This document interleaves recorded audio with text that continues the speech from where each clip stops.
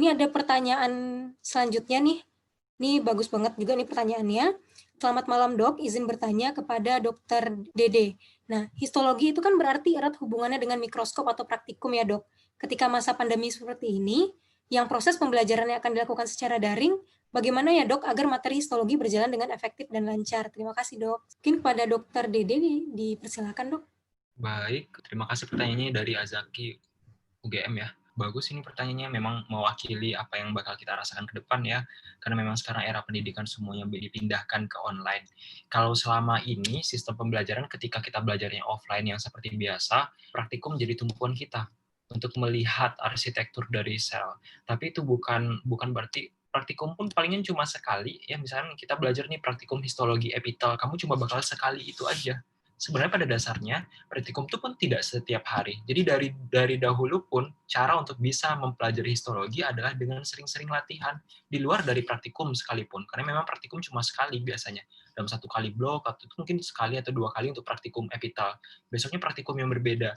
Sehingga memang baik itu online ataupun offline sebenarnya sifatnya kita memang belajar dengan baca atlas, tapi sekali lagi saya rekomendasikan jangan cuma baca satu atlas. Kalau kamu punya banyak atlas, bisa dilihat di perpustakaan, atau kita bisa googling di internet. Ada banyak kok, saya sering lakukan itu ketika saya dulu masih di preklinik ya.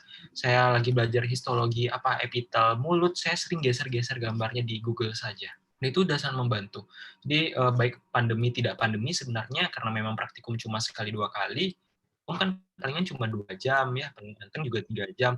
Jadi memang, dan itu pun preparatnya tergantung preparat kampus masing-masing, dan ada preparat-preparat yang udah legend, maksud saya itu preparat yang udah ada dari 20 tahun yang lalu mungkin masih ada.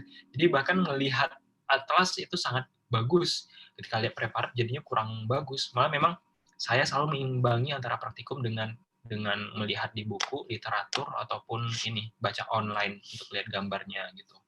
Jadi nggak ada masalah sih baik itu pandemi atau nggak pandemi, ya intinya kamu belajar dengan cara melihat banyak gambar untuk satu tema yang sama. Jadi selesai satu-satu, belajar duodenum nih.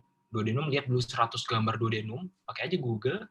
Nah, udah hafal, ntar kita belajar ileum, kamu lihat 100 gambar ileum. Nanti kamu bakal tahu nih, oh ternyata ada Cryptiliberkun kayak di ini, di empedu, nanti ada Brunner yang khas di duodenum, jadi kita punya clue-clue, oh kalau udah ada ini nih pasti punyanya duodenum nih, karena saya udah lihat gambarnya dari kemarin, oh selalu ada ini, nah gitu. Jadi clue-nya dapat dengan cara sering-sering lihat gambarnya sebanyak mungkin dengan literatur yang berbeda. Jangan cuma senang dengan, saya udah punya satu buku atlas nih bang, harganya mahal, bagus lagi, 1 juta, buku merek ini nih, populer deh gitu. Kamu cuma punya satu itu, nah satu buku itu cuma bakal punya satu gambar untuk duodenum. Atau paling anteng 2 deh, 2 atau 3. Jadi banyak-banyakin baca, lihat gambarnya ya. Mungkin begitu dari saya, Nisa. Sama seperti kemarin yang dokter jelaskan juga ya dok tentang neuroplastisitas. Itu terkait juga dengan pengulangan, semakin sering kita mengulang sesuatu, maka semakin ingat juga bagi otak kita disimpan. Lanjut ke pertanyaan yang ketiga. Pertanyaannya, Kak, gimana ya cara menghafal gambar-gambar sel yang tadi menjelang ujian nantinya? Dan kalau kita lihat itu sekilas mirip-mirip semua dan warna pink-pink aja nih, Kak, katanya.